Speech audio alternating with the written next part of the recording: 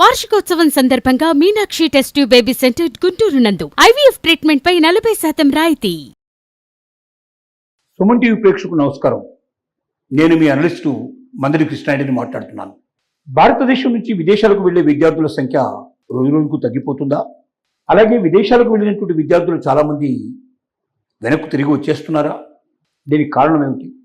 గతంలో విదేశాలకు వెళ్ళాలని పోటీ పడేటువంటి విద్యార్థుల్లో రోజురోజుకి విదేశ విద్య మీద మోజు తగ్గుతోందా? స్వదేశంలోనే ఉండి సాధించాల్సినవన్నీ సాధించాలనుకుంటున్నారా అంటే అది నిజమే అని చెప్పక తప్పదనిపిస్తోంది. కారణం ఏమిటి?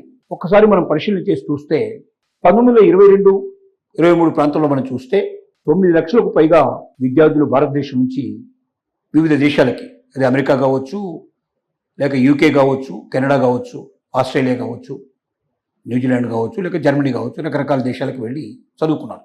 అదే 2024లో చూస్తే 7.7కి పడిపోయింది. సుమారుగా 1,25,000 మంది నుంచి 1,30,000 మంది తగ్గిపోయారు. అలాగే అది 2025కి చూసినట్టయితే 6.12కి మారిపోయింది. అంటే సుమారుగా 3 సంవత్సరాల లోపల 35% విదేశాలకు వెళ్ళే విద్యార్థుల సంఖ్య పడిపోయింది. కారణం ఏమిటంటే అమెరికాలో వచ్చిన నిబంధనలు, వీసా నిబంధనలు ఏవైతే ఉన్నాయో, వలసదారుల మీద కొరడా జల్పించినటువంటి ట్రంప్ నిబంధనల్ని మెల్లమెల్లగా ఇతర దేశాలు కూడా కొంతవరకు ఫాలో అవ్వడం ప్రారంభించాయి. కఠినమైన వీసా నిబంధనలు విధించడం. రెండోది ఉద్యోగ అవకాశాలు కోల్పోవడం.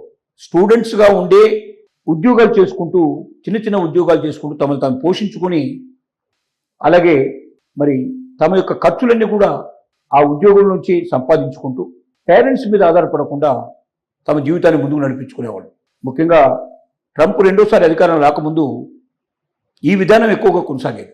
భారతదేశం నుంచి అమెరికాకు వెళ్ళే వాళ్ళ సంఖ్యలో 100కి 90 మంది అక్కడ ఏదైనా యూనివర్సిటీ లోపల సీట్ సంపాదించుకొని అప్పో చేసుకొని ఈ దేశం నుంచి డబ్బు తీసుకొని ఖర్చులు, మినిమం ఖర్చులు వెళ్ళేట్టుగా ఒక 3 మాసాలు 6 మాసాలు మాత్రమే పేరెంట్స్ మీద ఆధారపడేట్టుగా, తర్వాత వాళ్ళు అక్కడికి వెళ్ళి అడ్మిషన్ తీసుకున్నాక ఎడ్యుకేషన్ స్టార్ట్ అయిపోగానే రెస్టారెంట్లో పనిచేయడం కానీ, లేదా సూపర్ బజార్లలో పనిచేయడం కానీ, లేక మరి పెట్రోల్ బంకుల్లో పనిచేయడం, ఇలాంటివి ఏవైనా చిన్న చిన్న ఉద్యోగాల్లో చేరి తద్వారా తమ నెలవారీ ఖర్చులు ఏవైతే ఉన్నాయో పేరెంట్స్ మీద డిపెండ్ కాకుండా అక్కడే సంపాదించుకొని తమ చదువులు విజయవంతంగా పూర్తి చేసుకొని తర్వాత ఏదైనా ఉద్యోగాన్ని సంపాదించుకొని అక్కడే స్థిరపడేవాళ్ళు. ఇది పద్ధతి.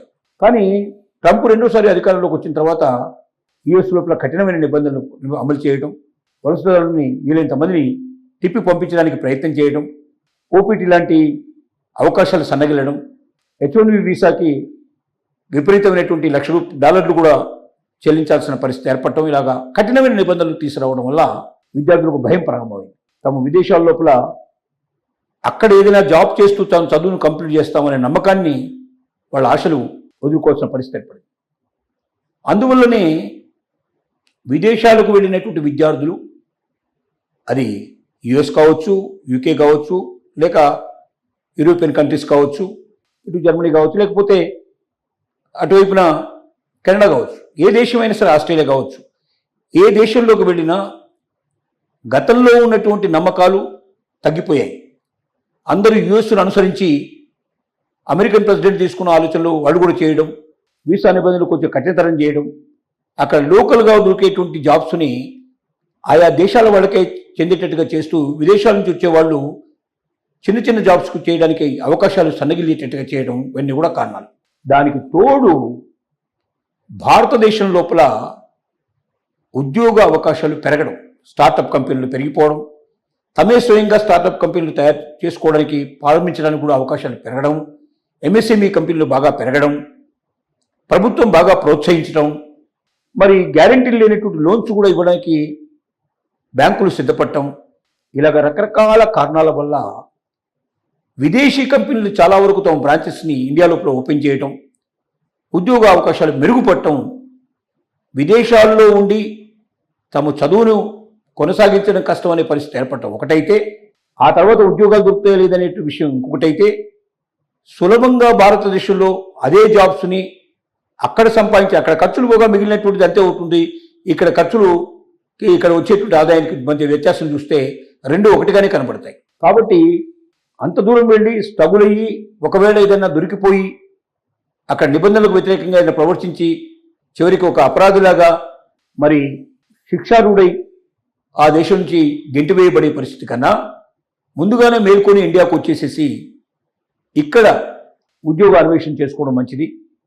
ఇక్కడ చదువు కూడా ఇక్కడ ప్రాముఖ్యత పెరిగింది. భారతదేశంలో అన్ని ఎడ్యుకేషన్ ఇన్స్టిట్యూషన్స్ కూడా బాగా పెరిగాయి. 921 ఎడ్యుకేషన్ ఇన్స్టిట్యూషన్స్ని గవర్నమెంట్ ఆఫ్ ఇండియా ఒక స్థాయిలో ఉండేట్లుగా గుర్తించాయి. అంటే స్టాండర్డ్ ఆర్గనైజేషన్స్ కింద గుర్తించాయి. ఈ 924 సంస్థల్లో ఎక్కడ సీటు దొరికినా కూడా ఆ స్టూడెంట్ జీవితం డెఫినెట్గా బాగుపడే అవకాశం ఉంటుందనేది ఒక నమ్మకం కలిగేటట్టుగా ఈ దేశంలోనే విద్యా స్థాయి కూడా పెరిగింది.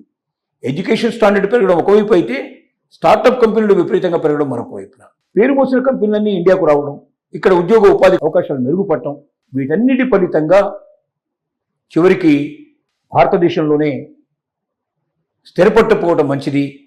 అనవసరంగా విదేశాలు పట్టుకొని వెళ్ళి దేశంగాని దేశం లోపల మనం ఇబ్బంది పడటం సరైనది కాదు అనేటువంటి దృక్పథానికి ఆలోచనకు స్టూడెంట్స్ అంతా వచ్చినట్టుగా కనబడుతుంది. అందుకే స్టూడెంట్స్ వెళ్ళేటువంటి వాళ్ళ సంఖ్య తగ్గిపోతుంది.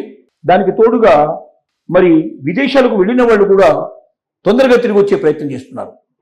అంటే ఇంతకుముందు ఎడ్యుకేషన్ అయిపోగానే సపోజ్ డిగ్రీకి వెళ్ళారనుకోండి, డిగ్రీ అయిపోయిన తర్వాత పోస్ట్ గ్రాడ్యుయేషన్ ఇచ్చేవాళ్ళు. పోస్ట్ గ్రాడ్యుయేషన్ తర్వాత వాళ్ళకి ఎట్లాగూ ఓటీపీ కానీ స్టెమ్ ఓటీపీ కానీ రెంట్లో ఏదో దొరికే అవకాశం ఉండటం వల్ల, ఓపీటీ ఉండటం వల్ల ఉద్యోగం సంపాదించుకునేవాళ్ళు. ఇప్పుడు ఉద్యోగ అవకాశాలు మృగ్యమైపోవడం, పార్ట్ టైం జాబ్ చేసుకోవడానికి అవకాశాలు లేకపోవడం, అందువల్ల మాస్టర్ చేసే ఆలోచనలు మానుకోవడం, తర్వాత అక్కడ ఇంటెన్స్ ఏదైనా చేయాలనుకున్న వాళ్ళు కూడా చేయకుండా ఆగిపోవడం, ఒకసారి పూర్తి కాగానే ఆ డిగ్రీ పూర్తి కాగానే వెనక్కి వచ్చేస్తున్నారు.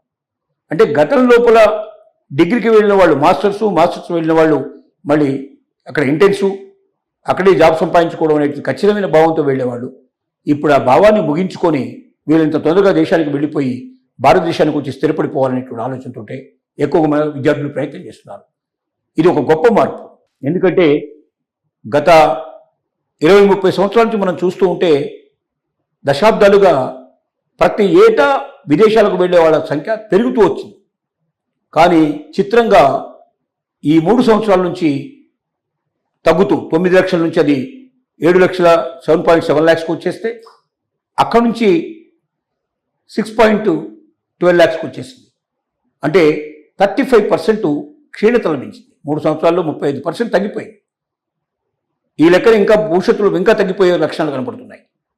అంటే రోజు రోజుకి భారతదేశం లోపల ఉద్యోగ అవకాశాలు మెరుగుపడటం, విదేశాల లోపల అక్కడ జీవించడం కష్టతరం అవడం, ఉద్యోగాలు కూడా దొరకడం కష్టతరం అవడం, ఇవన్నీ దీనికి ముఖ్యమైన కారణాలు ఏవైనా విదేశాల్లో విద్యను అభ్యసించి తిరిగి వెనక్కి వస్తూ ఈ దేశంలో స్టార్టప్ కంపెనీలు ప్రారంభించడానికి కానీ, ఈ దేశం లోపల తమ యొక్క మేధాశక్తిని ఉపయోగించి ఈ దేశాన్ని అభ్యున్నతి కోసం పాటుపడడానికి ప్రయత్నం చేయడం కానీ స్టూడెంట్ తీసుకున్న ఈ నిర్ణయాలు మన దేశ భవిష్యత్తుని డెఫినెట్గా ప్రభావితం చేస్తాయి. భవిష్యత్తు లోపల మన యొక్క మేధాశక్తిని అంతా కూడా విదేశాలకు పంచిపెడుతున్నాం మనం. అలాంటి మేధాశక్తిని మన దేశంలోనే ఉపయోగించినట్టయితే ఈ దేశం అన్ని రకాల్లో కూడా ఇంకా అభివృద్ధి అయ్యే అవకాశం ఉంది, ఆర్థికంగా మరింత పుంజుకునే అవకాశం ఉంది.